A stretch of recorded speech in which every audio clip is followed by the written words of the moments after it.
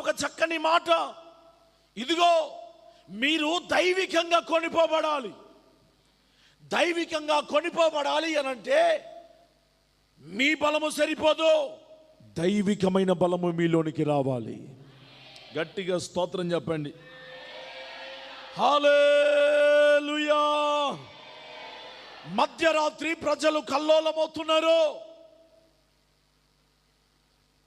ఇప్పటికే ప్రచండమైన రోగాలు, ఎన్నో రకాలైన శోధనలు మనిషి జీవితాన్ని అతలాకుతలము చేస్తూ ఉంటే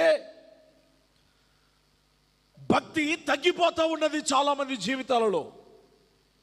చాలామంది భక్తిలో బలహీనులవుతున్నారు, ప్రార్థనలో బలహీనులవుతున్నారు.